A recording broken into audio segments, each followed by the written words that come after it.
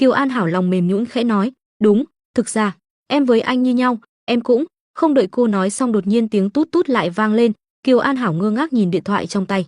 Cái gì chứ? Lục Cẩn Niên đang chơi trò gì vậy? Lại dám cúp máy mình 2 lần liền.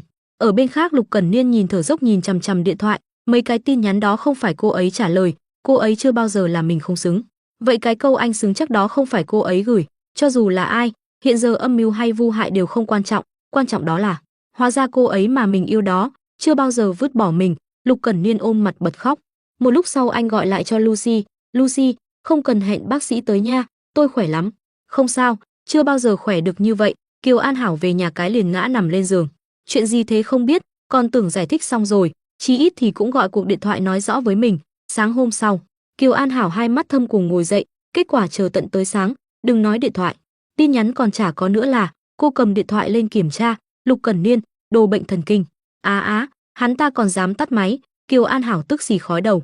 Không biết tên Lục Cẩn Niên kia đang định làm gì nữa. Cô thay quần áo sửa soạn lại rồi đi ăn với Triệu Manh. Triệu Manh nhìn cô hỏi, Kiều Kiều, hôm nay hình như không vui, làm sao đấy? Kiều An Hảo cầm cốc nước ép lên uống tức giận hừ một tiếng.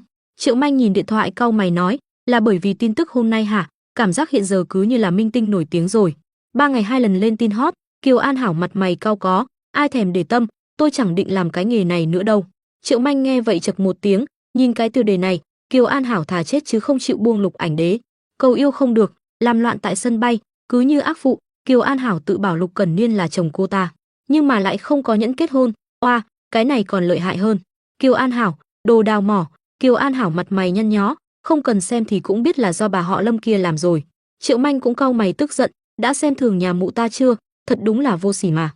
Vừa tuyên dương bản thân lại ngồi chọc ngoáy cậu này. Cô ta chống tay lên má trà một tiếng, chưa tới 7 tiếng đồng hồ. Đào mỏ, vô liêm sỉ, chứng hoang tưởng, tự đưa tới cửa.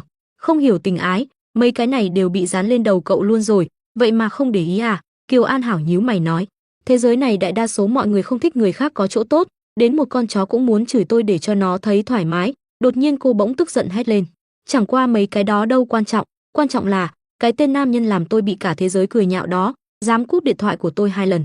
Hiện giờ còn chưa thèm hồi âm, tin nhắn chả thèm gửi. Triệu Manh bỗng chốc hiểu ra tại sao tâm trạng của cô hôm nay không tốt. Hóa ra là đang giận dỗi nhau à? Đúng lúc này Lục Cẩn Niên gọi đến. Kiều An Hảo tức giận cau mày nhìn chằm chằm điện thoại. Nhìn Kiều An Hảo không nghe máy thì Triệu Manh bất lực nhắc nhở, có phải là cậu chờ tên đó cả buổi rồi không? Giờ người ta gọi thì không tiếp. Cô ta câm nín nhìn Kiều An Hảo không do dự liền cúp máy của Kiều An Hảo. Triệu Manh cũng bó tay với cô, thế cái này thì gọi là gì nhỉ? Rõ ràng chờ điện thoại người ta, mãi mới được. Trong lòng thì muốn nghe mà giả vờ kiêu ngạo. Kiều An Hảo thẹn quá hóa giận hét lên, ai kêu hắn ta dám cúp máy của tôi cũng phải cúp lại cho biết mặt. Ở bên khác, Lục Cẩn Niên ôm một bó hoa hồng to nhìn chằm chằm điện thoại trong tay. Anh liền bấm gọi cho một dãy số, Trầm Minh Chiết. Kiều An Hảo đi đâu rồi, làm sao không ở nhà? Trầm Minh Chiết oan ức nói, Lục tiên sinh, tôi không biết, tôi đã sắp xếp một chuyến bay sớm nhất để về nước rồi, với cả tôi cũng đã đặt phần hoa mà Kiều tiểu thư thích nhất để đưa qua rồi. Lục Cẩn Niên tức giận gầm lên, gửi cái mề gì, nhà thì bừa như bị cướp, người phải ký nhận thì không ở nhà. Là tôi tự ký nhận đây này. Trầm Minh Chiết nghe thấy Lục Cẩn Niên bảo Kiều An Hảo không có ở nhà thì kiểm tra một chút rồi báo lại, chờ đã, Kiều tiểu thư, cô ấy hình như đang ăn cơm với Triệu Manh. Mặt Lục Cẩn Niên tối sầm lại, giọng nói u ám, sao mà cậu biết được tung tích của Kiều Kiều hả? Trầm Minh Chiết ho khụ một tiếng rồi yếu ớt trả lời, tôi là vừa xem news feed của Triệu Manh.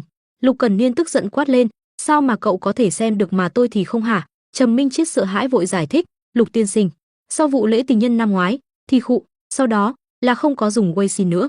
Lục Cẩn Niên không muốn nghe anh ta giải thích nữa liền lạnh lùng cúp máy. Trầm Minh Chiết mày nhíu chặt, Lục tiên sinh, nhưng Lục Cẩn Niên đã cúp máy anh ta mất rồi, mình còn định báo cáo việc Kiều tiểu thư bị công kích trên mạng xã hội. Anh ta tức xì khói đầu hừ một tiếng, nếu không muốn nghe thì tôi cũng chẳng thèm nói, dù sao kẻ ăn khổ là hắn cơ mà, mình cũng có giới hạn của mình chứ. Ở một bên khác, trong nhà hàng sang trọng, Kiều An Hảo nhíu mày nhìn chiếc điện thoại im re bên cạnh. Sao không gọi lại nữa nhỉ? Cô nhìn Triệu Manh ngồi đối diện hỏi, vừa rồi có phải mình cúp điện thoại của người ta hơi nhiều? Triệu Manh cười trên nỗi đau của người khác, đáng đời à nha, ha ha, chờ mất Lục Ảnh Đế yêu dấu rồi thì sẽ nói một lửa. Triệu Manh thấy sắc mặt Kiều An Hảo không đúng liền quay đầu lại phía sau hỏi, làm sao đấy, làm gì mà cứ như là gặp quỷ thế? Đột nhiên Lục Cẩn Niên ăn mặc chỉnh tề, trên tay còn cầm một bó hoa hồng đỏ xuất hiện. Triệu Manh ngơ ngác nhỏ giọng hỏi, có thật là Lục Cẩn Niên không? Kiều An Hảo ngồi bất động, mắt dán chặt vào người anh ấy từ Mỹ trở về, vậy mà từ Mỹ quay về thật. Cô đứng dậy bước chậm rãi về phía Lục Cẩn Niên, cũng có nghĩa hôm qua anh ấy cúp điện thoại rồi, sau đó lập tức lên máy bay trở về. Kiều An Hảo nhào vào lòng ôm chặt lấy anh. Lục Cẩn Niên nhìn cô dịu dàng hỏi, đã xảy ra chuyện gì sao? Kiều An Hảo xấu hổ nhỏ giọng trả lời, à, không, không có, chỉ là tại tối qua có người cúp điện thoại 2 lần nên giờ có chút không vui thôi. Lục Cẩn Niên chợt hiểu ra nhìn cô, hóa ra hôm nay em tắt máy của anh là vì nguyên nhân đó à? Kiều An Hảo xấu hổ quay mặt đi chỗ khác, không dám nhìn anh. Kiều Kiều, anh rất vui. Lục Cẩn Niên khẽ mỉm cười, rất vui vì tối hôm qua em đã nói những lời đó với anh. Anh nhìn vào thẳng mắt cô, ánh mắt đầy nghiêm túc, dịu dàng, tràn ngập hạnh phúc. Kiều An Hảo nhìn Lục Cẩn Niên hỏi, bởi vì quá vui cho nên anh chạy thẳng từ Mỹ về trong đêm. Lục Cẩn Niên nhìn cô không rời mắt khẽ, định là cho em bất ngờ cơ.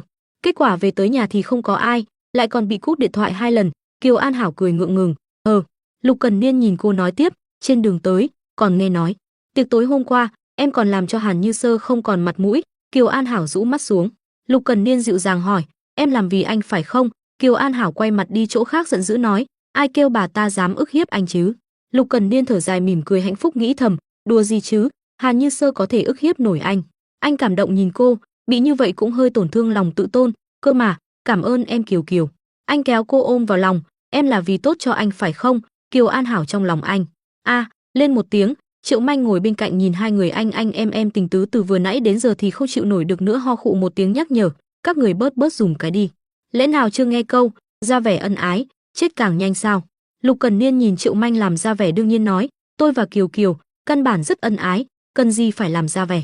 Kiều An Hảo mỉm cười hạnh phúc nhìn Triệu Manh bị hai người làm cho á khẩu, thua rồi, thấy trong nhà hàng mọi người đều nắm tay nhau rời đi, Triệu Manh vội đứng dậy giữ lấy vai Kiều An Hảo nhìn Lục Cẩn Niên nói, chẳng qua Lục Ảnh Đế này, tôi với Kiều Kiều hôm nay đi dạo, cô ấy thích nhiều thứ lắm.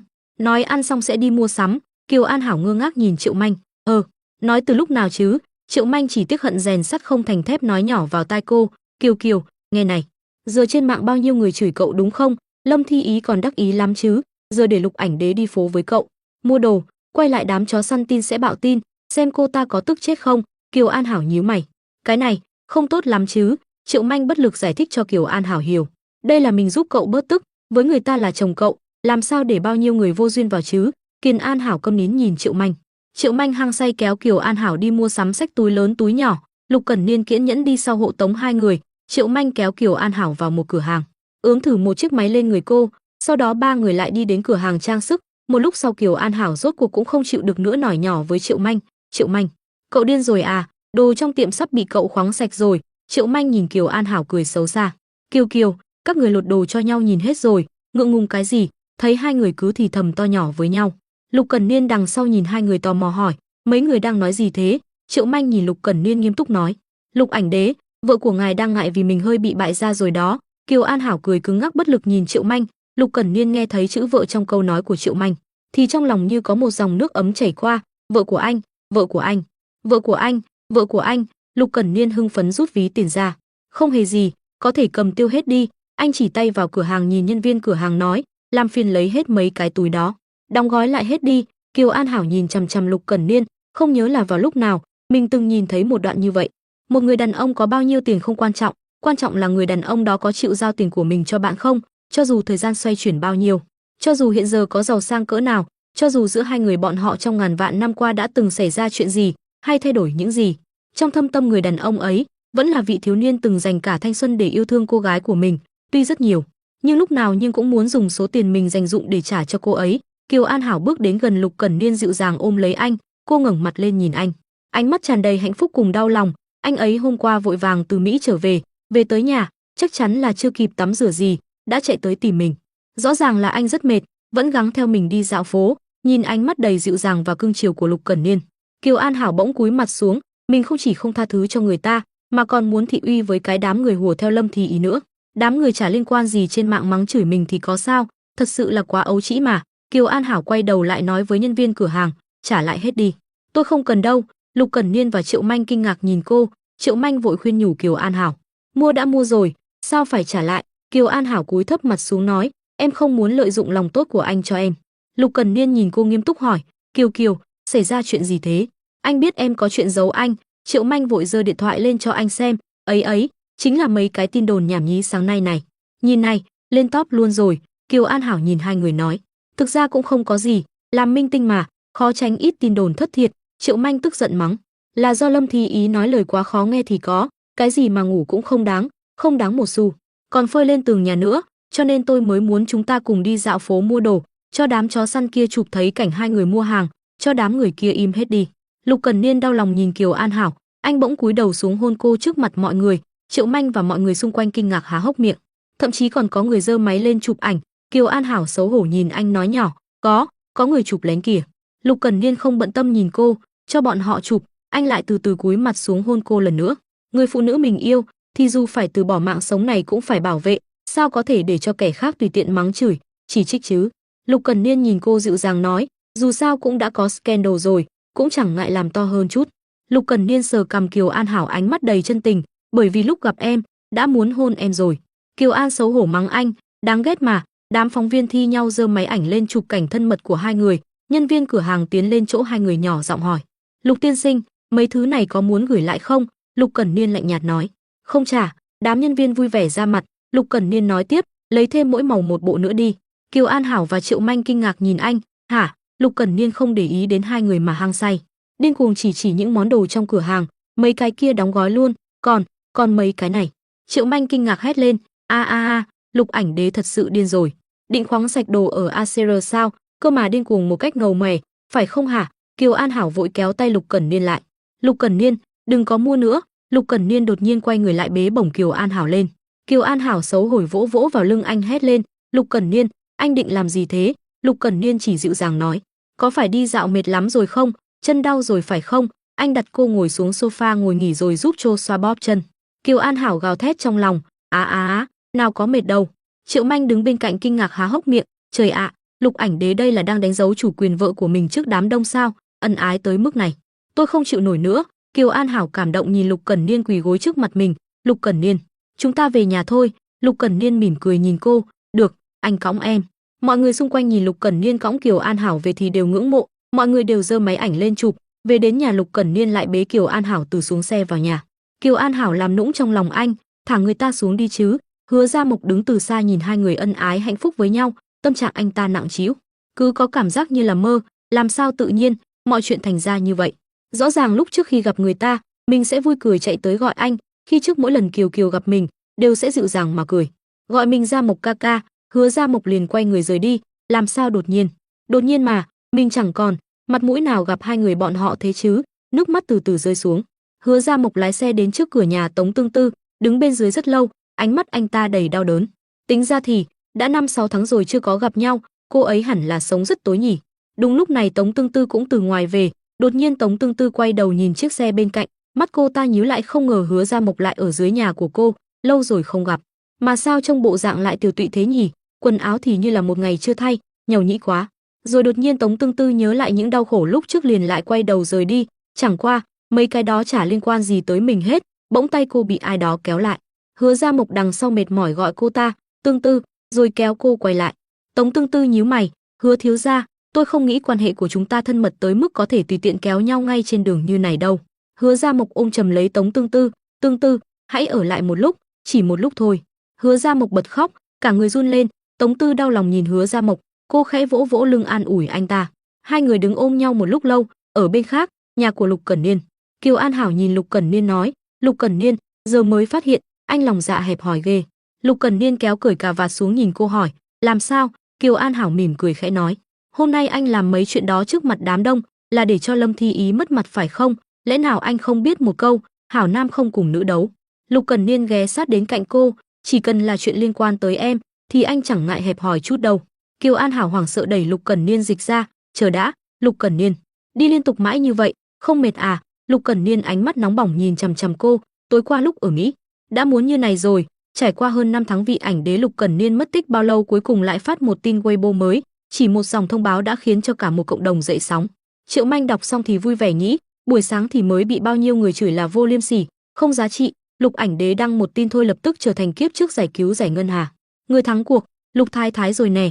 Kiều An Hảo nhíu mày nhìn điện thoại nghĩ, cảm thấy vô cùng không thực tế. Lục Cẩn Niên ngồi xuống cạnh cô hỏi, Lục Thái Thái, muộn như này rồi sao còn chưa ngủ?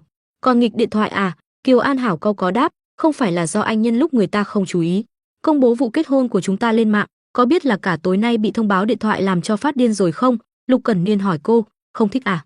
Nhìn này có người hỏi anh làm sao chỉ khoe mỗi cái giấy kết hôn, em nói xem có nên trả lời không? Kiều An Hảo bực mình, ai mà biết được chứ? Một lúc sau cô thấy Lục Cẩn Niên đăng Weibo mới, xin hỏi Lục Thái Thái giấy kết hôn ăn ngon không a còng Kiều An Hảo. Kiều An Hảo giật mình hỏi, Lục Cẩn Niên anh làm trò gì thế? Bên dưới bình luận, cư dân mạng đều nói, tờ giấy đăng ký còn lại bị Lục Thái Thái ăn mất rồi. Lục Thái Thái cho hỏi giấy đăng ký kết hôn có vị thế nào. Ngày mai tôi sẽ dùng 9 tệ đi mua giấy đăng ký rồi nếm xem có ngon không, cầu cho ăn, ngày sau cũng phải thử xem có ăn ngon hay không, việc này chớ để mai. Nay luôn đi. Kiều An Hảo nhìn xong khóc ròng nghĩ, chỉ có mấy phút thôi mà lượng fan của mình từ mấy chục vạn lên tới mấy trăm vạn rồi. Về sau sao mà sống nổi trong cái đất này. Bỗng Lục Cẩn Niên gọi cô, này Kiều em xem tấm hình này, anh đưa máy ra. Trong máy là tấm hình ghép Kiều An Hảo cầm giấy đăng ký kết hôn ăn. Lục Cẩn Niên xem xong bật cười. Kiều An Hảo tức giận nói, đều là do anh đó Lục Cẩn Niên, xin lỗi người ta mau. Lục Cẩn Niên quay lại hỏi cô, muốn xin lỗi thế nào? Quỳ xuống xin lỗi nhé. Kiều An Hảo gật đầu, được đó, quỳ xuống xin lỗi đi. Bỗng Lục Cẩn Niên kéo cô ngã xuống giường. Kiều An Hảo vội hô, Lục Cẩn Niên không phải vừa rồi mới sao? Giờ lại, anh không biết mệt à? Lục Cẩn Niên đáp, mệt nhưng mà cũng phải làm gì đó đã rồi mới mệt tiếp được. Kiều, anh vẫn luôn quỳ xuống xin lỗi em đó nhá, chứ không lười biếng đâu. Hắn ta nói là quỳ xin lỗi là quỳ để ấy mình, dùng cơ thể để xin lỗi à? Hạ, bao giờ chúng ta cũng đi lấy giấy nhỉ? Hôm nay cả Weibo bị cái tin này chèn hết rồi. Đúng đó em xem. Kiều khoe đồ rồi, làm tỷ tỷ cũng không thể lạc hậu quá chứ, anh chỉ biết xem náo nhiệt là giỏi. Lục Cẩn Niên thật sự muốn kết hôn rồi, cùng với Kiều An Hảo. Kiều An Hảo có phải đã biết rằng năm đó mình không muốn gả cho Hứa Gia Mộc, nên đẩy cô ta ra làm bia đỡ đạn, nếu như không phải do mình thì giữa hai người bọn họ chắc sẽ không có xảy ra nhiều hiểu lầm lẫn ly biệt như thế. Tại buổi tuyển nhất kiến trung tình, Triệu Manh tới gần nói với Kiều An Hảo, đây là bộ phim nổi nhất trong năm nay đó, nếu như lấy được vai diễn thì cách ảnh hậu không xa rồi đó. Kiều An Hảo thở dài chán nản nói, lúc mới vào nghề tôi cũng chẳng hề muốn làm ảnh hậu gì đó, hiện giờ tôi với Lục Cẩn Niên đã là vợ chồng trong hiện thực rồi, giấc mơ càng ngày càng xa vời, còn chả muốn đi đóng phim nữa ấy chứ. Triệu Manh nghe vậy liền chê bai Kiều An Hảo, thật đúng là kém cỏi, sao lại nghĩ thế chứ? Cần phải biết giờ cô không chỉ là Kiều An Hảo mà còn là Lục Thái Thái, không thể làm mất mặt Lục Cẩn Niên à? Lẽ nào muốn để mọi người nói là cô dựa vào việc ngủ với anh ta để nổi tiếng? Kiều An Hảo đành phải nói, được rồi. Có điều cô thầm nghĩ, chẳng qua hình như đúng là nhờ ngủ thật. MC dẫn chương trình nói, hoan nghênh số 48 Kiều An Hảo lên biểu diễn. Kiều An Hảo bước lên sân khấu nói, tôi xin biểu diễn tài nghệ là ca hát, bài hát có tên vậy thì có sao? Thế rồi Kiều An Hảo bắt đầu cầm mic hát. Không phải chỉ là một kẻ tổn thương lẩn trốn sao? Không chỉ là vì buồn lòng nhưng không có người nói chuyện, không phải là những lần tổn thương không ngừng sao? Tôi không sợ yêu mà càng yêu sâu đậm hơn. Kiều An Hảo hát đến đây nhớ lại ký ức hồi trước, đây là năm xưa lúc Lục Cẩn Niên bỏ đi mình tìm rất lâu rồi đột nhiên nghe được bài này. Nhớ lại khoảng thời gian thầm yêu anh ấy, lời bài hát tiếp tục cất lên, lúc buồn cũng không dám để người ta biết, vui vẻ cũng chỉ lặng xoay người mỉm cười. Mỗi lần tới gần cuối cùng lại càng thấy xa vời, rõ ràng nhát gan nhỏ bé không dám yêu nhưng tình yêu lại càng khắc sâu. Kiều An Hảo hát đến đây thì tiếp tục nghĩ, nhờ ông trời tác hợp mà mình có thể tìm lại anh ấy, cùng nắm tay anh ấy bước đi. Lục Cẩn Niên bài hát này không phải vì thi tuyển, mà hát vì tình yêu của chúng ta đó. Khi bài hát kết thúc, cả khán phòng đều vỗ tay cho Kiều An Hảo, các giám khảo đều đang bàn tán, bài hát này có cảm giác có thêm một chút mùi vị đặc thù như bi thương, nhưng không chỉ có nỗi buồn nghe rất thương cảm, nhưng lại cho người một nỗi hy vọng ẩn hiện. MC lên tiếng, chúc mừng Kiều An Hảo tiểu thư, toàn bộ thông qua. Kiều An Hảo cúi người cảm ơn giám khảo rồi đi xuống cánh gà. Triệu Manh thấy Lâm Thi Ý lắc lư thì bực mình bảo với Kiều An Hảo, nhìn bên kia kìa, Lâm Thi Ý cũng bắt cường rồi, cô ta đang khiêu khích cô đó. Kiều An Hảo xoay người nói, mặc kệ cô ta không hành động gì mới là báo thù đáng sợ nhất. Kiều An Hảo mở điện thoại ra kiểm tra thì thấy Lục Cẩn Niên nhắn tin cho mình bảo, em làm tốt lắm cố lên. Thấy thế Kiều An Hảo liền bất giác mỉm cười hạnh phúc. Hàn Như Sơ xem chương trình tuyển chọn trên TV xong thì đập vỡ bình hoa tức giận mắng, Kiều An Hảo, giờ mày nổi tiếng rồi đúng không, lên mặt gớm nhỉ, kết hôn cũng lên mặt ra vẻ ân ái à, nếu như không phải tại mày thì Hàn Như Sơ này sao lưu lạc tới ngày hôm nay. Bảo mẫu liền vội vàng gọi Hàn Như Sơ, thái thái. Hàn Như Sơ bực mình mắng, nếu như không phải do mày con trai của tao sao có thể mặc kệ mẹ của nó, mày tưởng mày tốt đẹp trong mắt tất cả mọi người sao, nếu như giờ mày đã có được sự nổi tiếng rồi thì tao sẽ lấy thứ đó ra làm cho mày thân bại danh liệt cả đời, không thể nào ngóc đầu lên được. Kiều An Hảo đi ra ngoài phòng tuyển chọn, các phóng viên lập tức bao vây Kiều An Hảo hỏi, xin chào Kiều An Hảo tiểu thư, chúng tôi là phóng viên của HF, biểu diễn của cô trong lúc tuyển rất xuất sắc, xin hỏi cô có thể phỏng vấn chút không? Nghe nói cô với chấp hành tổng tài của Hứa Thị Hứa Gia Mộc từng là vợ chồng, có phải là thật không ạ? Kiều An Hảo tiểu thư, sao cô lại ly hôn với Hứa Gia Mộc tiên sinh? Có liên quan gì tới Lục Cẩn Niên tiên sinh không? Kiều An Hảo nghe vậy thì giật mình, chuyện mình vừa Hứa Gia Mộc là vợ chồng chỉ có ít người trong giới thương nghiệp biết được. Sao mà đột nhiên đám phóng viên cũng? Phóng viên tiếp tục đến gần cô đặt ra câu hỏi, trong lúc chung sống với Hứa Gia Mộc tiên sinh có phải cô cũng có qua lại với Lục Cẩn Niên tiên sinh? Có phải cô giống như tin tức trên mạng nói là có quan hệ loạn luân với hai anh em bọn họ? Kiều An Hảo tiểu thư, sao cô không nói gì? Sự im lặng của cô có phải đại biểu thừa nhận không? Lúc này, tại một nhà hàng, giám đốc Ngụy và Lục Cẩn Niên đang bàn hợp đồng. Đọc xong hợp đồng, giám đốc Ngụy lên tiếng, "Lục tiên sinh, lần hợp tác này phương án quá là hấp dẫn, những điều khoản này tôi không ý kiến, chỉ là tôi muốn hỏi chút giá cả thấp nhất là bao nhiêu?" Lục Cẩn Niên giơ một ngón tay lên. Giám đốc Ngụy hỏi, "1 ức sao?" Lục Cẩn Niên lắc đầu nói, "Không phải 1 ức là 10 ức." Giám đốc Ngụy nghe thấy thế thì cau mày toát mồ hôi nói, 10 ức, sao có thể?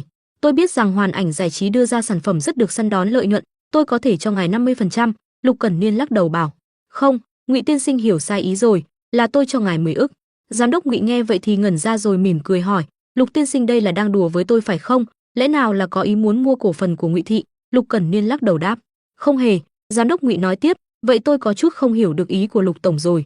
Lúc này Lục Cẩn Niên lúc này mới mỉm cười nói ra mục đích của mình, "Tôi muốn có được một món hàng công ty khác người đang giữ, Vĩnh Hằng Chi Tâm." Kiều Kiều vào trong. Triệu Manh cầm báo chạy đến hô, "Không xong rồi Kiều Kiều, mau nhìn bức ảnh của cô trong bản tin này." Tờ báo được mở ra, Kiều An Hảo thấy tấm ảnh thì giật mình, đây là bức ảnh hôn lễ và hồi đó, ngoại trừ Hàn Như Sơ không ai có được.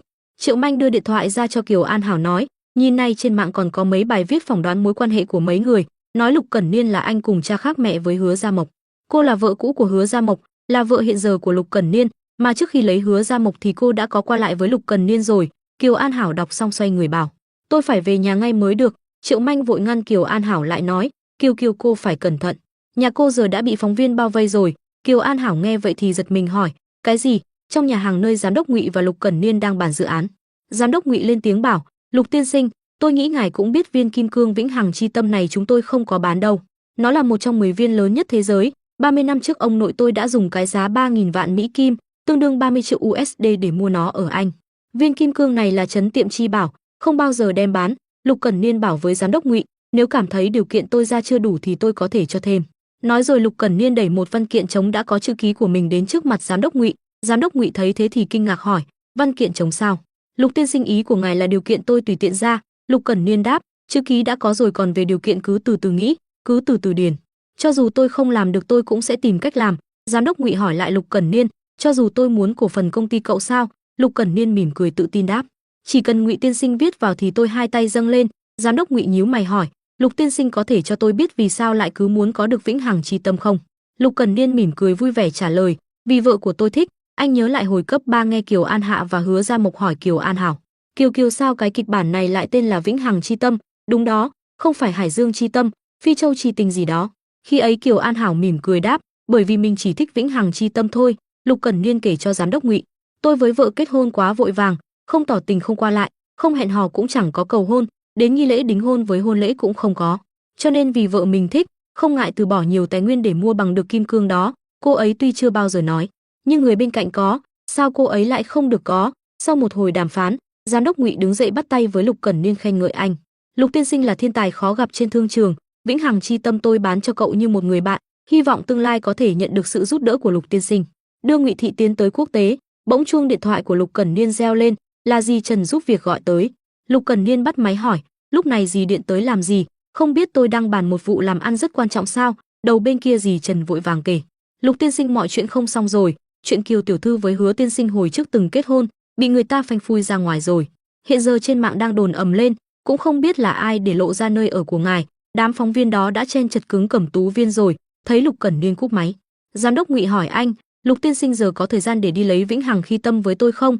Lục Cẩn Niên lo lắng vội vã chạy đi đáp, "Hiện giờ tôi có chút chuyện phải đi trước, Vĩnh Hằng Chi Tâm chờ tôi quay lại lấy sau nhé." Giám đốc Ngụy ở lại không hiểu kiểu gì mà ở Cẩm Tú Viên. Lúc này phóng viên bao vây nơi này chặn Kiều An Hảo lại bắt đầu đặt câu hỏi, "Kiều An Hảo tiểu thư, xin hỏi những bức ảnh trên mạng đó có phải là thật không?"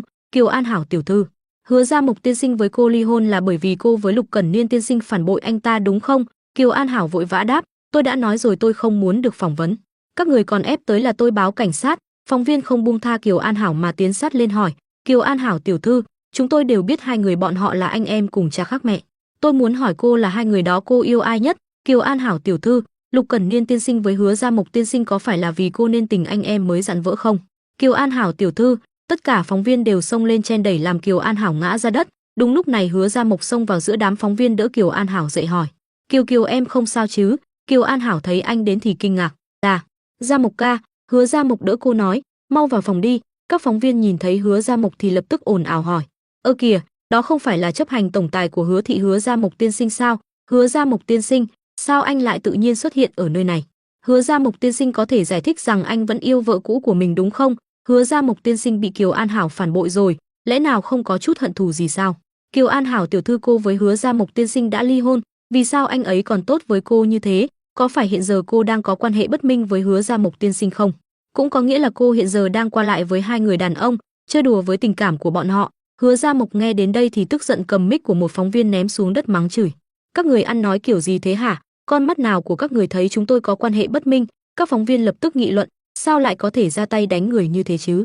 Hãy xin lỗi chúng tôi ngay." "Đúng đó, làm sao lại tùy tiện mắng người thế hả?" Hứa Gia Mộc tức giận mắng: "Ai ra tay đánh các người? Tôi đánh ai hả?" Lục Cẩn Niên lên xe lo lắng gọi điện cho dì Trần nói: "Gọi điện thoại cho bên bảo an bảo bọn họ đuổi đám phóng viên kia đi, tôi tới giờ đây." Dì Trần đáp: "Rõ Lục tiên sinh." Sau đó Lục Cẩn Niên lại gọi cho cảnh sát: 110 phải không? Viện 106 Cẩm Tú Viên Tây Nhị Hoàn có người đột nhập vào nhà riêng. Mong các người cho cảnh sát tới bảo vệ hiện trường. Anh phóng xe đi thầm nghĩ, Kiều Kiều gắng lên, anh tới ngay đây. Sau khi vào được trong biệt thự, cả Hứa Gia Mộc và Kiều An Hảo đều tựa vào cửa mà thở dốc, sau một hồi lấy lại tinh thần. Kiều An Hảo lên tiếng hỏi: "Gia Mộc ca, cảm ơn anh." Hứa Gia Mộc đáp: "Đừng nói như vậy, em càng nói trong lòng anh càng cảm thấy hổ thẹn." Kiều An Hảo nghe vậy nhíu mày: "Gia Mộc ca." Hứa Gia Mộc hỏi cô: "Anh của anh thế nào rồi?" Kiều An Hảo không đáp mà hỏi Hứa Gia Mộc: "Gia Mộc ca, anh có từng nghĩ tới chuyện chúng ta kết hôn có rất ít người biết, mấy cái tin tức này làm sao mà lộ ra được? Chỉ có người nhà hai chúng ta có mấy cái ảnh đó, làm sao lại bị đưa lên mạng chứ?" Hứa Gia Mộc nghe Kiều An Hảo hỏi thì hiểu ra, anh nghiến răng xoay đầu đi. Kiều An Hảo nhíu mày nói: "Gia Mộc ca, anh biết đấy, lúc đó em đồng ý với đề nghị của mẹ anh, bởi vì em coi anh như là bạn bè, mà anh bị đụng xe hôn mê không tỉnh nên em muốn giúp anh." Hứa Gia Mộc gật đầu đáp: "Đúng thế là em giúp anh, cơ mà lòng tốt của em cuối cùng lại trở thành mối hiểm họa." Kiều An Hảo buồn bã nói: "Gia Mộc ca, em thật sự không tin được mọi chuyện sẽ thành ra như hôm nay, hiện giờ trên mạng bao nhiêu người chửi em xong rồi, cả đời này xong rồi, em tự hủy hoại một đời của mình, không chỉ bản thân mà còn lụy Lục Cẩn Niên." Hứa Gia Mộc nói: "Anh xin lỗi." Kiều An Hảo bảo anh: "Gia Mộc ca, anh xin lỗi em làm gì, đó đâu phải là lỗi của anh." Đúng lúc này, Lục Cẩn Niên mở cửa ra hô: "Kiều Kiều." Hứa Gia Mộc nhìn thấy Lục Cẩn Niên thì giật mình, sau khi Hứa thị bị thu mua thì đây là lần đầu tiên hai anh em gặp nhau. Kiều An Hảo chạy đến hỏi: "Cẩn Niên anh quay về rồi hả? Vừa rồi em bị nhà báo chặn lại là Gia Mộc ca giúp em thoát ra." Lục Cẩn Niên bảo với cô: "Đám nhà báo đã bị cảnh sát đuổi đi hết rồi." Kiều An Hảo lên tiếng: "Vậy mọi người ngồi xuống nói chuyện chút." Hứa Gia Mộc vội vã rời đi nói: Không cần đâu, tôi ở lại cũng không làm được gì, đi trước đây." Lục Cẩn Niên quay lại hỏi Kiều An Hảo: "Gia Mộc sao lại ở chỗ này?" Kiều An Hảo bảo với Lục Cẩn Niên: "Em cũng không biết, em bị đám nhà báo chặn đường rồi ngã, sau đó Gia Mộc ca liền xuất hiện." Lục Cẩn Niên nghe vậy thì lo lắng hỏi: "Em ngã rồi, có bị thương ở đâu không?" Kiều An Hảo đáp: "Không có." Lục Cẩn Niên cầm tay Kiều An Hảo lên lo lắng nói: "Em xem bàn tay bị rách ra rồi này." Kiều An Hảo lẩm bẩm: "Chỉ là thương nhỏ." Lục Cẩn Niên kéo Kiều An Hảo đi nói: "Qua đây anh đắp thuốc cho." Kiều An Hảo thấy thế thì đỏ mặt. Lục Cẩn Niên để Kiều An Hảo ngồi xuống ghế sofa rồi bôi thuốc cho cô. Lục Cẩn Niên cầm tay Kiều An Hảo nói: "Lần này cũng may có Gia Mộc không thì không biết đám nhà báo đó làm gì em nữa." Kiều An Hảo đáp: "Có lẽ Gia Mộc ca ở bên cạnh trông thấy nên qua giúp em." Lục Cẩn Niên nhíu mày nghĩ, mình còn tưởng rằng cô ấy vì từng thích cậu ấy nên lúc gặp nguy hiểm mới tìm người ta giúp đỡ. Thế là Lục Cẩn Niên liền nói: "Về sau có chuyện gì thì tìm chồng em, chứ chồng của em có chuyện gì mà không thể làm được chứ?" Kiều An Hảo nghe vậy thì hạnh phúc đáp: Biết rồi ạ." Hứa Gia Mộc đến nhà của Tống Tương Tư. Tống Tương Tư mở cửa cho anh vào. Khi anh vào, Tống Tương Tư hỏi anh: "Ăn cơm chưa vậy?" Hứa Gia Mộc lắc đầu rồi đi vào ngồi xuống sofa. Tống Tương Tư vào phòng bếp rót nước cho Hứa Gia Mộc, tự cười nhạo bản thân mình. "Tống Tương Tư à, Tống Tương Tư, làm sao lại có thể vô dụng như thế? 7 năm thanh xuân dành cho người ta hết, lại còn quyết tâm sẽ không còn bị mê hoặc như thế, làm sao cứ thấy vị công tử ca này khóc, là tất cả mọi phòng tuyến của mình đều buông xuống hết." Thấy Hứa Gia Mộc xem tin tức trên điện thoại thì Tống Tương Tư đưa nước cho Hứa Gia Mộc khuyên nhủ: "Đừng xem cái đó nữa, mấy cái trên mạng toàn không thật thôi." Hứa Gia Mộc hỏi Tống Tương Tư: "Tin scandal của Kiều Kiều với anh tôi đối với hai người bọn họ kết quả xấu nhất là gì?" Tống Tương Tư đáp: toàn dân đều chửi Kiều An Hảo là tiện nhân, cái đó có là kết quả xấu nhất hay chưa? Đối với Kiều Kiều mà nói kết hôn rồi mà ngoại tình thì danh tiếng lụn bại. Cả đời này coi như không ngóc đầu lên được, về sau có lẽ khi người ta nhắc đến là minh tinh hay tai tiếng cô ấy sẽ bị người ta lôi ra chửi, về sự nghiệp chắc không có về sau. Cô ấy gần đây tham gia buổi tuyển nữ chính gì nhỉ? Hiện giờ có lẽ là không, còn về anh của anh Lục Ảnh Đế hẳn là tốt hơn Kiều Kiều chút. Nhưng cả đời này thì cũng như mẹ của anh không thoát khỏi nổi cái mác nam tiểu tam, cho dù hiện giờ bọn họ cùng lên tiếng nói lúc đó chỉ là kết hôn giả, thì chuyện vô căn cứ như thế. Nói không chứng cớ thì so với cái bức ảnh đó có đáng tin không? Hứa Gia Mộc nghe xong thì sầm mặt lại tức giận, Tống Tương Tư cảm thán, thật không hiểu là ai ra tay ác độc như thế. Nắm cái tin này trong tay không đi đòi tiền Lục Ảnh Đế, mà trực tiếp để lộ ra, quả thực là hủy hoại cuộc đời người khác mà.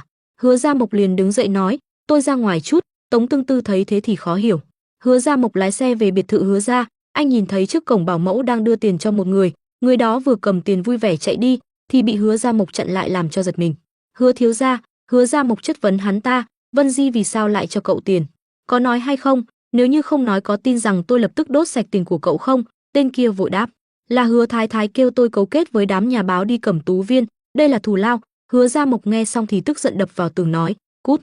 Trong Cẩm Tú Viên, Lục Cẩn Niên ôm Kiều An Hảo an ủi, Kiều Kiều, nếu như không vui đừng có cố cười. Kiều An Hảo đáp, nào có đâu, em làm gì có gì mà không vui, không phải chỉ bị người ta mắng thôi sao? Từ nhỏ tới lớn đâu phải em chưa bị mắng bao giờ, chỉ có điều lần này có nhiều người chửi mình.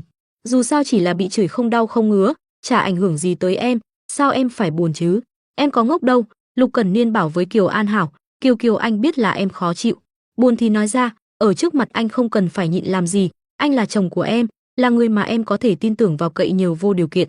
Anh không chỉ muốn chia sẻ niềm vui với em mà còn nỗi buồn nữa. Lúc này, Kiều An Hảo khóc lóc nói, Lục Cẩn Niên nếu như không phải do em, thì anh đã không bị kéo vào trong cái vòng xoáy phiền phức này. Lục Cẩn Niên mỉm cười nói, Kiều Kiều chỉ cần có thể hợp cùng em, một đời này cho dù là khó khăn cỡ nào đối với anh cũng là niềm vui. Thấy Kiều An Hảo mỉm cười thì Lục Cẩn Niên nói, em ấy à? Sao cứ tự nhiên khóc tự nhiên cười như đứa con nít thế? Kiều An Hảo lập tức đáp, thì em vẫn còn là trẻ con mà. 3 tuổi rưỡi. Lục Cẩn Niên lập tức trêu chọc cô, thế á, 3 tuổi rưỡi sao mà chỗ này phát dục nhanh thế? Kiều An Hảo kêu lên, Lục Cẩn Niên đồ lưu manh. Lục Cẩn Niên đè Kiều An Hảo xuống giường nói với cô, Kiều Kiều cho dù đám người xung quanh nói gì, em phải nhớ rằng những gì mà Lục Cẩn Niên này muốn chính là người tốt nhất với anh.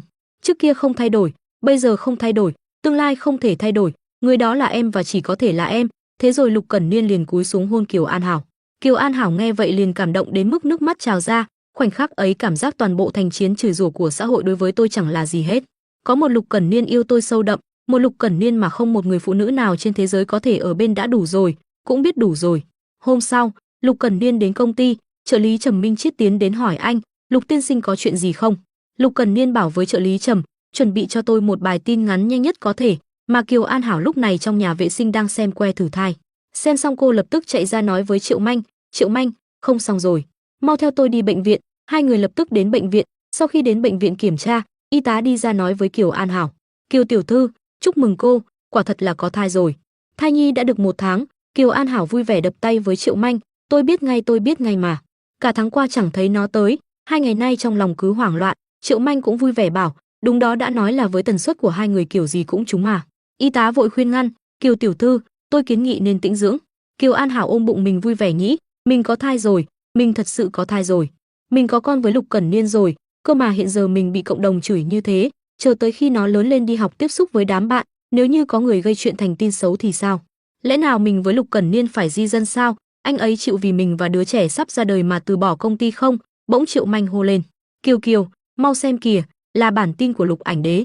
Lúc này trong trường quay, phóng viên hỏi Lục Cẩn Niên, Lục tiên sinh không ngại chia sẻ với tôi chuyện của anh với Kiều tiểu thư chứ? Lục tiên sinh với Kiều tiểu thư quen nhau khi nào? Làm sao mà quen nhau? Lục Cẩn Niên liền kể lại, tôi biết cô ấy từ học kỳ đầu của năm lớp 9, lúc hết giờ đi chơi bóng thì thường thấy cô ấy ở bên cạnh xem. Từ lúc đó đã chú ý tới cô ấy rồi. Kiều An Hảo nghe vậy thì đỏ mặt nghĩ, đây là bài phỏng vấn Lục Cẩn Niên chuẩn bị để giải thích mối quan hệ của mình với anh ấy sao? Lục Cẩn Niên kể tiếp, học kỳ sau cũng năm đó trời mưa lớn tôi với cô ấy cùng trú mưa ở một khu nhà. Cảnh đẹp nhất không phải ngày mưa mà là có thể cùng em trú mưa ở nơi đó. Triệu Manh nghe Lục Cẩn Niên kể lại thì kinh ngạc nói, Kiều Kiều Lục Ảnh Đế hóa ra đã thích cậu từ lúc còn nhỏ cơ à? Kiều An Hảo cũng rất kinh ngạc nghĩ, hóa ra anh ấy nhớ được, hóa ra anh ấy nói là cũng thích trời mưa, là bởi vì giữa chúng ta có nhiều sở thích tương đồng như thế là vì đối phương. Kiều An Hảo nhớ lại lúc ở trên ô tô cô đã hỏi Lục Cẩn Niên, cậu cũng thích trời mưa à? Khi ấy Lục Cẩn Niên đáp, tôi cũng thích. Tại đài phát sóng, Lục Cẩn Niên tiếp tục kể, chẳng qua về sau chính thức làm quen thì là vào hồi lớp 10. Phóng viên nghe vậy thì ngạc nhiên hỏi, ồ, có nghĩa là Lục tiên sinh đã thầm yêu Kiều tiểu thư một thời gian rất dài, 1 năm nhỉ? Lục Cẩn Niên hồi tưởng lại nói, không phải 1 năm là 13 năm. Phóng viên nghe vậy giật mình kinh ngạc không tin được vào tai mình, 13 năm. Ông trời ơi, 13 năm đâu phải là một khoảng thời gian ngắn đâu, rất nhiều người đều có cảm giác yêu thầm một ai, nhưng cuối cùng vẫn thua bởi hiện thực. Lục tiên sinh làm sao lại có thể kiên trì được như thế? Lục Cẩn Niên trả lời, không phải là tôi muốn kiên trì, mà tôi không thể không kiên trì, bởi vì hồi đầu tôi đã đem toàn bộ tình cảm dành cho cô ấy, từ đó về sau chẳng còn dư thừa tình cảm mà cho người khác. Kiều An Hảo nghe thế thì vô cùng cảm động. Phóng viên tiếp tục hỏi Lục Cẩn Niên, vậy Lục tiên sinh lại mãi không chịu thổ lộ với Kiều tiểu thư? Lục Cẩn Niên trả lời anh ta, tôi hồi đó muốn tặng cô ấy một món quà sinh nhật, là phải đi phát tờ rơi trong mấy ngày thời tiết khắc nghiệt cuối tuần, đừng nói là cho cô ấy một cuộc sống tốt, một cuộc sống bình thường đơn sơ giản dị thôi cũng chẳng thể nào cho cô ấy. Phóng viên hỏi tiếp, Lục tiên sinh là sợ cô gái mình thích sẽ phải sống khổ sở một đời với mình, nên mới không có nói ra. Vậy sau đó lấy được giải thưởng nam phụ xuất sắc nhất thì tiền lương rất cao rồi chứ, hoàn toàn có thể mang lại một cuộc sống tốt đẹp cho Kiều tiểu thư. Vì sao lúc đó vẫn chưa nói gì? Lục Cẩn Niên đáp, tôi từng đi rồi, chỉ là tôi chưa kịp nói gì thì tôi biết cô ấy đã có hôn ước với người khác. Phóng viên đẩy gọng kính hỏi, người khác chính là Hứa Gia Mộc Hứa tiên sinh sao? Lục Cẩn Niên gật đầu, Phóng viên lại đặt câu hỏi nữa cho anh, đó là tin tức mà dạo gần đây trên mạng rất nóng hổi.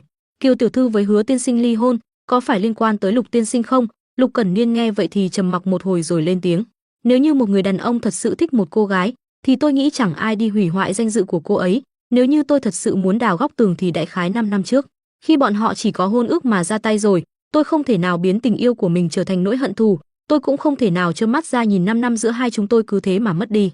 Lục Cẩn Niên cúi đầu nói, tôi cũng biết tôi đứng ra nói mấy chuyện này thì cũng chả có tác dụng gì, cũng không thay đổi được gì, mọi người đều coi mọi thứ trên mạng là sự thật, thì tôi nói không phải có ai sẽ tin. Thế nhưng hôm nay tôi vẫn muốn nói, bởi vì quan trọng nhất là tôi muốn nói cho cô ấy nghe, cho dù cả thế giới này đều quay lưng lại với cô ấy, thì tôi cũng không hề do dự mà tới bên cô ấy, trở thành kẻ địch của cả thế giới. Kiều Kiều, cho dù bao nhiêu người nói xấu em đủ kiểu, cho dù có bao nhiêu điều thị phi bủa vây lấy em, thì em mãi mãi là cô công chúa mà anh nâng niu yêu thương nhất. Rất tiếc vì hiện giờ không thể nào cùng em chịu đựng mọi thứ, thế nhưng anh sẽ dùng hết sức mình để dành cho một sự bảo vệ tốt nhất. Kiều An Hảo nghe xong bài phỏng vấn thì cảm động đến rơi nước mắt. Trước giờ Lục Cẩn Niên không bao giờ đồng ý nhận phỏng vấn, hôm nay ở nơi này chỉ vì muốn cho cả thế giới biết rằng anh ấy luôn muốn điều tốt cho cô. Anh ấy biết chẳng hề có chứng cứ gì để cho mọi người biết Hứa Gia Mộc kết hôn với Kiều An Hảo lúc đó là mình, cho nên chỉ đành dùng cách này để lên tiếng. Đương nhiên độ thuyết phục rất thấp, căn bản chẳng thể nào làm cho ai tin được, cơ mà anh ấy vẫn làm. Anh ấy chỉ muốn cô được vui lòng. Lục Cẩn Niên, anh thật sự là một kẻ làm người khác mê muội đầu óc mà. Rõ ràng em cũng yêu anh 13 năm cơ mà, làm sao đối diện với 13 năm anh yêu em lại nhỏ bé vô cùng tới mức không đáng nhắc tới. Kiều An Hảo này may mắn tới đâu, vậy mà lại gặp được một người nguyện vì mình mà đối đầu với cả thế giới chứ. Thấy cuộc phỏng vấn trực tiếp của Lục Cẩn Niên kết thúc, Kiều An Hảo lập tức gọi điện cho Lục Cẩn Niên nói, Lục Cẩn Niên bắt máy hỏi Kiều An Hảo, Kiều Kiều, em làm sao thế? Kiều An Hảo mỉm cười hạnh phúc nói với anh, Lục Cẩn Niên cảm ơn anh. Lục Cẩn Niên nghe vậy thì liền hỏi Kiều An Hảo, em đang xem kênh trực tiếp đó à? Kiều An Hảo không trả lời câu hỏi của Lục Cẩn Niên mà đưa ra hàng loạt yêu cầu. Lục Cẩn Niên, em muốn ăn hạnh nhân, đúng rồi, còn táo, chuối, thảo mai, nho với cả cá ngừ, trứng, sữa bò, đúng rồi, còn đùi lợn, giờ em muốn ăn hết. Kiều An Hảo vừa nói vừa vuốt ve bụng của mình, bởi trong đó có đứa con của cô và Lục Cẩn Niên. Lục Cẩn Niên thấy khó hiểu nhưng vẫn bảo, không phải em ghét ăn đùi lợn nhất sao? Được rồi, để anh đi mua cho em. Kiều An Hảo đáp, em ở nhà chờ anh. Kiều An Hảo cúp máy mỉm cười mong chờ nghĩ, chờ anh ấy trở về mà biết mình có thai thì không biết sẽ có phản ứng như thế nào nhỉ. Tại nhà của Tống Tương Tư, cô tức giận hỏi Hứa Gia Mộc, Hứa công tử định chôn chân ở chỗ tôi tới lúc nào vậy hả? Hay là thấy anh của mình lên tiếng bảo vệ Kiều An Hảo trước công chúng thì bị dọa ngốc rồi? Hứa Gia Mộc ngồi bần thần trên sofa trả lời Tống Tương Tư, tôi chỉ thấy là qua bao nhiêu năm, có một số chuyện tôi tưởng mình vẫn hiểu, cơ mà tới giờ tôi mới biết tôi chả hiểu gì. Anh của tôi lúc nào công bố chuyện riêng của mình với bên ngoài, kết quả anh ấy lại nói với MC rằng tôi vô cùng sẵn lòng. Tôi vẫn biết anh tôi có thích một cô gái, chỉ không có nghĩ tới cô gái đó là Kiều An Hảo. Vậy anh có thích Kiều An Hảo không? Tôi hiện giờ mới nghĩ ra, có một lần trên buổi tiệc anh ấy tự hỏi tôi có phải có hôn ước với Kiều gia không. Anh ấy còn hỏi là Đại Kiều hay Tiểu Kiều. Tôi nói Tiểu Kiều, tôi căn bản không có ý đó. Nếu như tôi biết anh ấy thích Kiều Kiều, tôi nhất định không nói là bản thân chọn Kiều Kiều. Tôi chỉ là thấy trong các cô gái ở cái danh sách đó thì Kiều Kiều tốt hơn cả thôi. Chỉ vì câu nói đó của tôi mà anh ấy từ bỏ người con gái mình thầm yêu bao nhiêu năm qua sao? Bởi vì tôi là em trai của anh ấy, nên vị hôn thê của em mình, anh mới tuyệt đối không thể qua lại, là ý đó phải không? Hứa Gia Mộc ôm mặt thầm nghĩ, hóa ra một người anh lạnh lùng từ trước tới giờ, vẫn coi tôi là người thân nhất của mình, thậm chí là vì người thân này mà ép buộc bản thân phải từ bỏ tình yêu của mình. Cho dù là cô gái anh ấy bị mọi người chửi bới, anh ấy cũng không hề lộ cả người đóng giả. Hứa Gia Mộc lúc đó chính là Lục Cẩn Niên. Nghĩ đến đây, Hứa Gia Mộc cảm thấy vô cùng hổ thẹn và đau lòng cho anh trai mình. Khi Lục Cẩn Niên trở về nhà, Kiều An Hảo ra cửa đón anh rồi hỏi: "Lục Cẩn Niên, chúng ta ra nước ngoài được không?" Lục Cẩn Niên mỉm cười cưng chiều trả lời Kiều An Hảo: "Được nha, em muốn đi chơi ở nước nào?" Kiều An Hảo lắc đầu đáp: "Em không muốn đi chơi, em muốn di dân." Lục Cẩn Niên thấy thế thì khó hiểu hỏi: "Sao tự nhiên lại muốn như thế, có phải là vì những chuyện trên mạng kia không?" "Kiều Kiều, xin lỗi, cuối cùng vẫn không thể nào bảo vệ được em." Kiều An Hảo tựa vào ngực Lục Cẩn Niên nói: cũng không phải như vậy, anh có muốn không? Thực ra dù ở nơi nào, thành phố nào, quốc gia nào, một góc nào ở địa cầu nào, thì chỉ cần Lục Cẩn Niên ở bên Kiều An Hảo là một kết cục hoàn mỹ sao?" Lục Cẩn Niên ôm lấy Kiều An Hảo vui vẻ đáp: "Được, nghe lời em, chúng ta di dân." Lục Cẩn Niên thầm nghĩ, nơi có Kiều An Hảo chính là nhà của Lục Cẩn Niên. Tống Tương Tư đang ở trong phòng thì nghe thấy tiếng chuông thông báo của điện thoại. Tống Tương Tư mở tin nhắn ra xem thì thấy Kiều An Hảo nhắn cho cô: "Tương Tư tỷ, em có thai rồi, cho nên em đã thương lượng với Lục Cẩn Niên chuẩn bị ra nước ngoài di dân, chị xem bao giờ có thời gian để em mời chị một bữa đi." Tống Tương Tư cầm cốc nước uống, rồi đưa điện thoại cho Hứa Gia Mộc bảo: "Này xem này, quả nhiên là mang thai rồi, ở lại trong nước thì buồn phiền không tiện dưỡng thai, gây hại cho bảo bảo đó." Hứa Gia Mộc đọc tin nhắn xong thì sốc, anh ôm đầu đau khổ nói: "Mẹ của tôi cuối cùng cũng ép bọn họ tới mức phải đặt chân lên con đường rời bỏ quê hương rồi sao?" Tống Tương Tư giải thích cho Hứa Gia Mộc: "Thực ra là vì đứa trẻ thì mới đúng, có lẽ bọn họ không muốn để đứa trẻ ra đời, thì sau lưng đã bị người ta bàn tán này nọ. Bọn họ cũng không muốn đứa trẻ đi theo bước chân của Lục Ảnh Đế, tuổi nhỏ toàn ám ảnh một đời bất hạnh." Hứa Gia Mộc nghe vậy thì sửng sốt rồi siết chặt tay hỏi: "Ngày mai là ngày cuối Kiều Kiều tham gia thi tuyển phải không? Hãy giúp tôi một việc, hãy tìm cách để cho tôi lên sân khấu, cho tôi 10 phút đồng hồ." 10 phút là đủ rồi. Tống Tương Tư nhíu mày hỏi Hứa Gia Mộc: "Đã nghĩ kỹ chưa? Một bên là anh và người bạn tốt nhất, một bên là mẹ của mình, đại nghĩa diệt thân không phải chuyện đơn giản đâu." Hứa Gia Mộc hỏi cô: "Cái này là đang quan tâm tôi đấy à?" Tống Tương Tư liền xoay người nói: "Để tôi đi nấu mì cho cậu. Ăn xong rồi thì về đi, coi như tiễn khách." Sau một hồi Tống Tương Tư đặt mì lên bàn. Hứa Gia Mộc liền hỏi: "Tống Tương Tư, có thể cho tôi biết cái thứ quỷ gì đây không?" Tống Tương Tư đáp: "Mì sao đó chưa ăn bao giờ à?" Hứa Gia Mộc giật mình: "Đồ nhà các người sao trông dị thế này, nhìn lại mình đi kia mì còn không biết làm, thì sau này ai dám lấy đây?" Tống Tương Tư tức giận nói: "Liên quan quái gì tới cậu? Dù sao thì tôi cũng không gả cho cậu." Tại buổi tuyển chọn cuối cùng, Lục Cẩn Niên và Kiều An Hảo ngồi cạnh nhau. Tống Tương Tư ở trên sân khấu nói: "Tôi rất vui mừng vì chương trình cho tôi cơ hội này, để tôi có thể tới làm khách mời, cho nên tôi đặc biệt chuẩn bị cho mọi người một sự bất ngờ. Hiện giờ mời lên sân khấu Hứa Gia Mộc." Thấy Hứa Gia Mộc đi lên sân khấu thì Kiều An Hảo và Lục Cẩn Niên đều kinh ngạc. Hứa Gia Mộc bước lên sân khấu nói: "Chào mọi người, tôi là chấp hành tổng tài Hứa Gia Mộc của Hứa thị tập đoàn." Bên dưới khán đài, mọi người đều bàn tán: "Hứa Gia Mộc có phải là chồng cũ của Kiều An Hảo không? Đúng đó, làm sao mà hắn ta lại xuất hiện ở chỗ này?" Hứa Gia Mộc tiếp tục phát biểu: "Tôi rất cảm ơn Tống Tương Tư, Tống tiểu thư vì đã giúp tôi lấy được 10 phút tới. Tôi đứng ở đây không phải là để biểu diễn cho mọi người xem mà là để giải thích." Lục Cẩn Niên và Kiều An Hảo nghe vậy thì khó hiểu: "Gia Mộc ca, cậu ta muốn giải thích? Giải thích cái gì?" Hứa Gia Mộc bắt đầu giải thích: "Không sai, quả thực tôi với Kiều tiểu thư từng có hôn ước, nhưng mà giữa hai chúng tôi không có tình cảm trói buộc. Đơn giản mà nói, mấy năm qua Kiều tiểu thư vẫn chỉ là một người bạn tốt của tôi, nhưng trên thực tế tới tận bây giờ, tôi vẫn là một người đơn thân, chưa kết hôn, cũng chưa ly hôn. Đơn giản mà nói chính là tôi với Kiều tiểu thư đây chưa bao giờ đi lấy giấy chứng nhận kết hôn. Những tấm ảnh kết hôn mà mọi người nhìn thấy trên mạng đó, Hứa Gia Mộc bên trong đó thực tế không phải là tôi." Mọi người bên dưới khán đài đều bùng nổ: "Cái gì? Cậu ta nói gì vậy? Là thật sao? Có thể lẽ nào trên thế gian lại có tới hai Hứa Gia Mộc?" Hứa Gia Mộc đáp: "Không sai, đúng là từng có hai Hứa Gia Mộc, một Hứa Gia Mộc khác chính là anh của tôi, Lục Cẩn Niên." Hứa Gia Mộc kể lại với mọi người trong khán đài: "Mọi người hẳn là biết tôi gặp phải vụ tai nạn xe năm ngoái, cho nên tôi sẽ cho mọi người xem một thứ đã." Trên màn hình hiện lên hồ sơ bệnh án của Hứa Gia Mộc. Hứa Gia Mộc bắt đầu giải thích làm rõ cho Kiều An Hảo và Lục Cẩn Niên: "Đây chính là hồ sơ bệnh của tôi. Từ bức ảnh này mọi người có thể thấy rõ ràng thời gian mà tôi tỉnh táo thật sự là tháng 9 năm ngoái, chứ không phải tháng 2, bởi vì lúc đó tôi đang ở trong trạng thái hôn mê.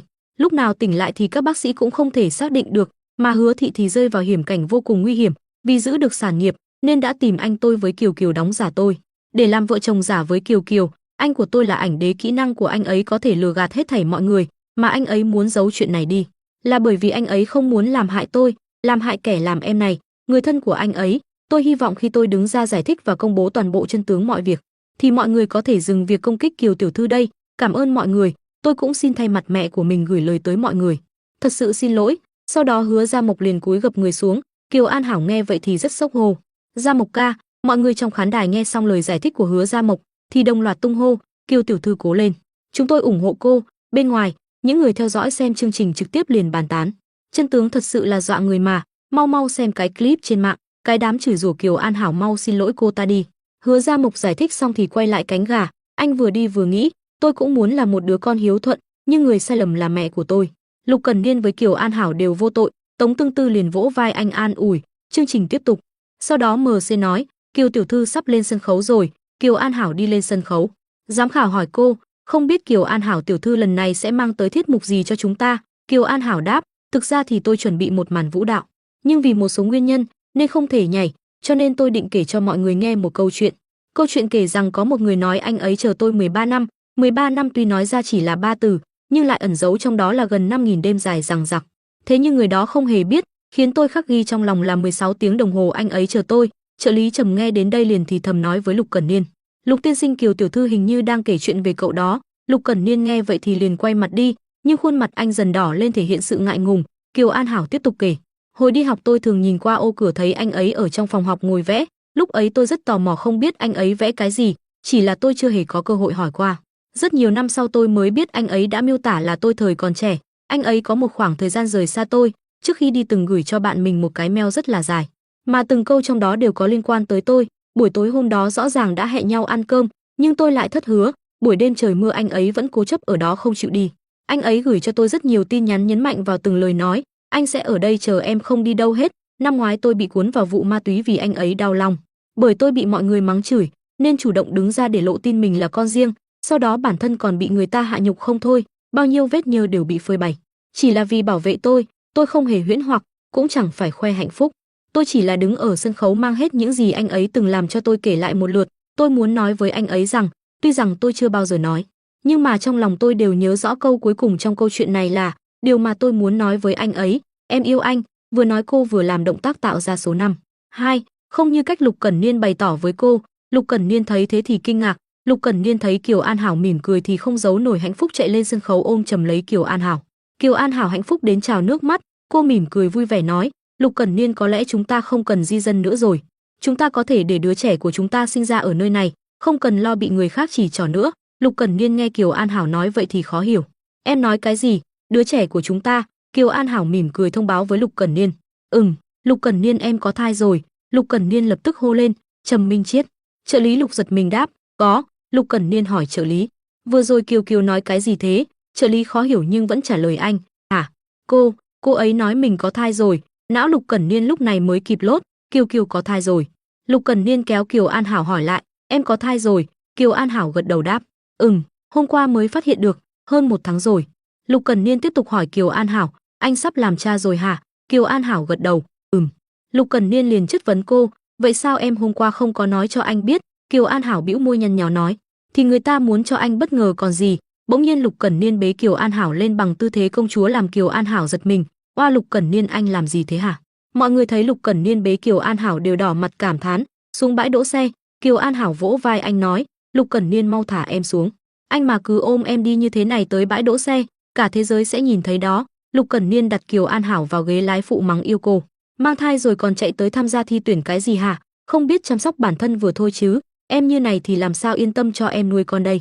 Em có chắc là ngồi như này là thoải mái nhất không? Hay là đổi một góc khác đi, như thế không phải càng thoải mái hơn sao? Kiều An Hảo được Lục Cẩn Niên quan tâm thì đỏ mặt nói: Bảo Bảo còn chưa thành hình đâu, chỉ to bằng hạt đậu thôi, cho nên ngồi thế nào chả được.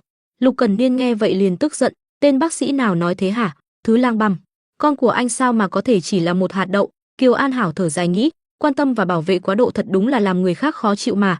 Thế rồi Kiều An Hảo liền đe dọa Lục Cẩn Niên: mau về Cẩm Tú Viên đi. Lục Cẩn Niên, em nói cho anh biết, anh mà quan tâm con quá mặc kệ em, là em sẽ nói với nó. Lúc đó ở Mỹ ngày thứ 2 khi còn nó, anh bắt em uống thuốc tránh thai muốn giết nó. Lục Cẩn Niên nghe vậy liền sợ hãi dỗ dành Kiều An Hảo: Kiều Kiều, anh chỉ là vui quá mà, em đừng có giận thế chứ. Kiều Kiều, anh nhất định sẽ là một người cha tốt, chẳng qua trước khi làm một người cha tốt, anh chắc chắn sẽ là một người chồng tốt nữa. Vừa rồi ở trên sân khấu những gì em vừa nói đã cứu vớt cuộc đời này của anh. Kiều Kiều cảm ơn em, anh sẽ dùng cả cuộc đời này để đối xử tốt với em.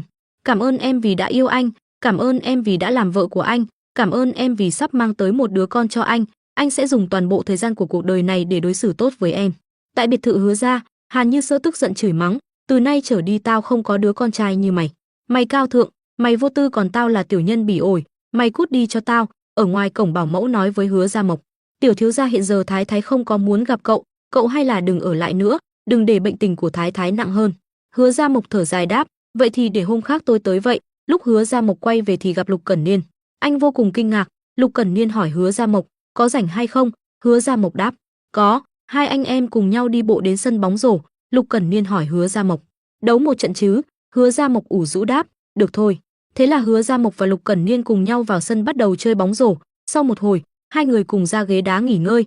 Hứa Gia Mộc thở dốc nói, sau khi anh đi lâu lắm rồi mới có một trận bóng thoải mái như thế. Lục Cẩn Niên trả lời anh, tôi cũng lâu rồi chưa có đánh bóng. Hứa Gia Mộc tựa vào hàng rào thở dài. Lục Cẩn Niên lúc này lên tiếng, Gia Mộc, trước giờ tôi chưa bao giờ trách cậu. Hứa Gia Mộc ngẩn ra rồi lau mặt đáp, em biết chứ, thực ra em cũng chưa hề trách anh cái gì. Lục Cẩn Niên bảo với Hứa Gia Mộc, cảm ơn cậu, Gia Mộc này. Mẹ con xưa nay không có thâm cừu đại hận đâu. Nói rồi Lục Cẩn Niên vỗ vai an ủi Hứa Gia Mộc. Hứa Gia Mộc run rẩy đáp, Lục Cẩn Niên lại hỏi, làm trận nữa chứ? Hứa Gia Mộc đáp, được. Tại bệnh viện, sau khi kiểm tra xong, y tá báo với Lục Cẩn Niên và Kiều An Hảo, chúc mừng mấy người, bà mẹ với thai nhi đều rất khỏe mạnh. Lục Cẩn Niên và Kiều An Hảo nghe vậy đều vui vẻ. Ra khỏi bệnh viện, Lục Cẩn Niên nói với Kiều An Hảo, đưa em đi một chỗ nhé. Kiều An Hảo tò mò hỏi, đi đâu? Lục Cẩn Niên đáp, tới rồi thì em sẽ biết. Sau một hồi, hai người đã tới nơi. Kiều An Hảo kéo tay Lục Cẩn Niên hỏi, đây không phải trường cũ của chúng ta sao? Đã qua gần 10 năm rồi, nơi đây cũng thay đổi nhiều thật đấy. Lục Cẩn Niên trả lời cô, về cơ bản bố trí không thay đổi, em nhìn cái quán bên kia vẫn còn đang hoạt động đấy. Kiều An Hảo cảm thán, hôm nay là cuối tuần thật là yên tĩnh. Hai người cùng đi đến lớp số 3. Mở cửa ra, Lục Cẩn Niên chỉ vào một cái bàn và nói, cái bàn này là hồi em học lớp số 3 từng ngồi đó. Kiều An Hảo kêu lên, oa, cả cái phòng học này bạn nào cũng như nhau, em còn không nhận ra được, anh đừng có mà đoán mò. Lục Cẩn Niên liền kéo Kiều An Hảo ngồi xuống chiếc bàn đó, rồi đưa tay Kiều An Hảo xuống ngăn bàn. Kiều An Hảo khó hiểu hỏi, gì vậy? Lục Cẩn Niên bảo cô, sờ thử xem, bên trong có khắc chữ phải không? Kiều An Hảo sờ ngăn bàn thì thấy quả thực có khắc chữ Smiley. Kiều An Hảo giật mình hỏi, Smiley, là anh khắc à? Lục Cẩn Niên trả lời Kiều An Hảo, Smiley là See How Much I Love You đó. Kiều An Hảo nghe vậy thì đỏ mặt kinh ngạc. Lục Cẩn Niên, vậy cái đó là anh từ lớp số 1 chuyển qua lớp số 3, rồi cố ý chọn cái bàn em từng ngồi đó hả? Lục Cẩn Niên trả lời cô, không chỉ là bàn, đến ghế cũng là cái em từng ngồi. Kiều An Hảo cảm thán, oa, anh thật là biến thái. Hai người cùng nhau ra sân trường đi dạo. Kiều An Hảo chỉ vào một nơi kể lại, ở bên kia em từng nhìn thấy một cô gái đưa thư tình cho anh. Lục Cẩn Niên nói, thế à, vừa hay nhỉ, anh từng nhìn thấy có một tên ở bên này nhét cho em một hộp sô cô la. Kiều An Hảo đắc thắng nói, có sao? Chẳng qua cái hộp đó em có ăn đâu, cho An Hạ rồi. Lục Cẩn Niên cũng bảo cô, như nhau. Thư tình anh trả xem vứt thẳng vào trong thùng rác rồi. Kiều An Hảo cùng Lục Cẩn Niên đi dạo đến tối. Hai người đi đến thư viện thì Kiều An Hảo kể lại, hồi trước lúc đi học em thường hay dạo qua nơi này, mỗi lần đi đều đụng phải anh. Lục Cẩn Niên đáp, trùng hợp nhỉ, vì thích đi con đường này nên hay đụng phải em. Kiều An Hảo cảm thán, mỗi lần gặp anh không phải anh chuẩn bị ra khỏi thư viện thì là chuẩn bị đi vào, không hổ là học bá. Lục Cẩn Niên mỉm cười trả lời Kiều An Hảo, không phải anh thật sự đi xem sách đâu, chỉ là thường thấy em đi trên con đường này, mà đường vào thư viện thì nó ở ngay bên đó mà thôi. Kiều An Hảo nghe vậy thì ngơ ra, sau đó cô siết chặt tờ giấy trong túi thầm nghĩ, lúc đó nếu như mình lấy hết dũng khí để nói mình thích anh ấy, thì hiện giờ chúng ta có phải đã sớm ở bên nhau rồi không, được hạnh phúc như giờ. Thế là Kiều An Hảo đến cạnh Lục Cẩn Niên ôm anh hỏi, Lục Cẩn Niên, nếu như anh cho em chút tín hiệu, thì chúng ta không phải bỏ lỡ nhau như thế. May mà Gia Mộc ca không có thích em, nếu như không hủy bỏ hôn ước, thì không phải cả đời này chúng ta không có cơ hội gì sao?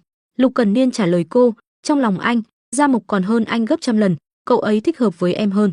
Cho tới hiện giờ anh vẫn cảm thấy mình không xứng với em, nếu như em thật sự không có hủy bỏ hôn ước, thì anh thà nhịn nỗi đau này cũng sẽ không bao giờ để em biết anh đã vì em mà làm những gì, bởi vì không để em phải chịu đựng là điều duy nhất mà anh có thể làm vì em. Kiều An Hảo tiếp tục hỏi, nếu như em thật sự sống cùng người khác rồi, thì anh phải làm sao? Lục Cẩn Niên nắm tay Kiều An Hảo trả lời, cả đời một mình cô đơn tới già.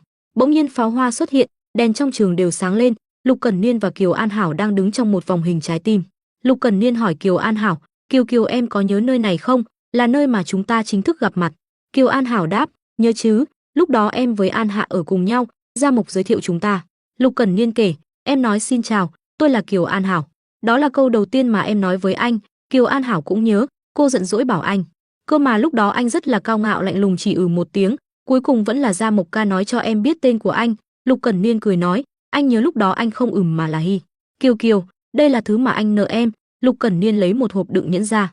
Làm Kiều An Hảo kinh ngạc, Lục Cẩn Niên quỳ xuống đất giơ hộp nhẫn lên hỏi Kiều An Hảo, 13 năm trước anh đã muốn được nói với em Kiều Kiều, anh có thể theo đuổi em không? Chờ tới khi anh làm được thì em sẽ làm bạn gái của anh nhé.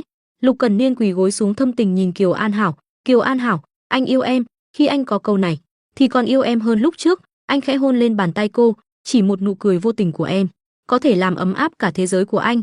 Kiều An Hảo, em có đồng ý lấy anh không? Trầm Minh Chết hét lớn, lấy đi, lấy đi, lấy đi. Hứa Gia Mộc cũng vỗ tay hét lớn, đồng ý, đồng ý. Triệu Manh, Tống Tương Tư, Kiều An Hạ và Trình Dạng cũng đồng thanh hò hét lớn. Kiều An Hảo kinh ngạc quay nhìn về phía mọi người.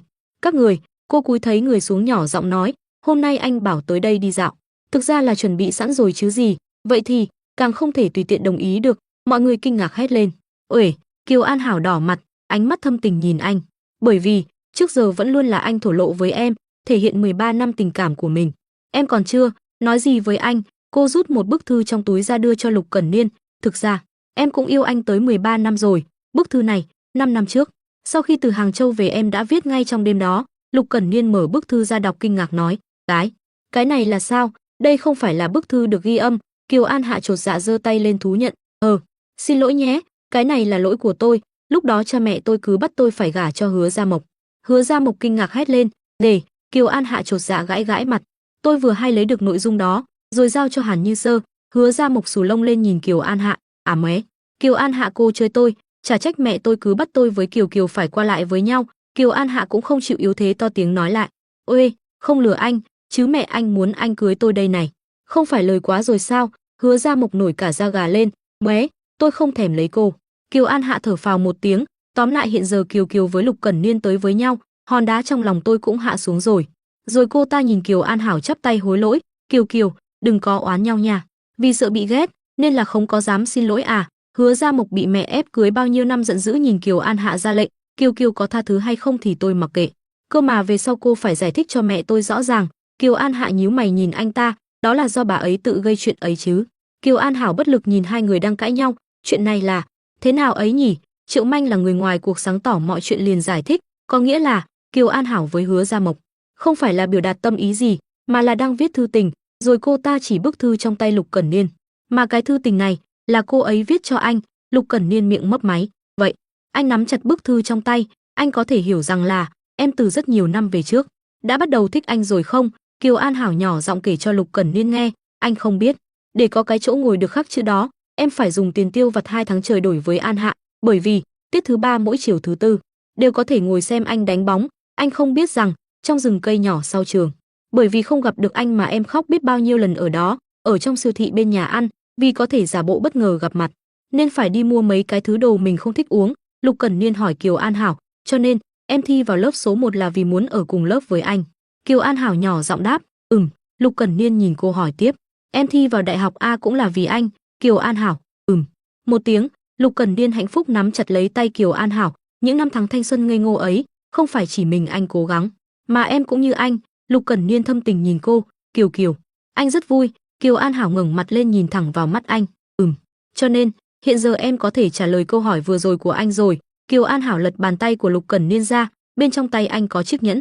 Lục Cẩn Niên sửng sốt nhìn cô, Kiều An Hảo nắm chặt lấy tay anh, từ từ đeo chiếc nhẫn vào ngón tay. Em đồng ý. Rồi hai người trao nhau một nụ hôn sâu.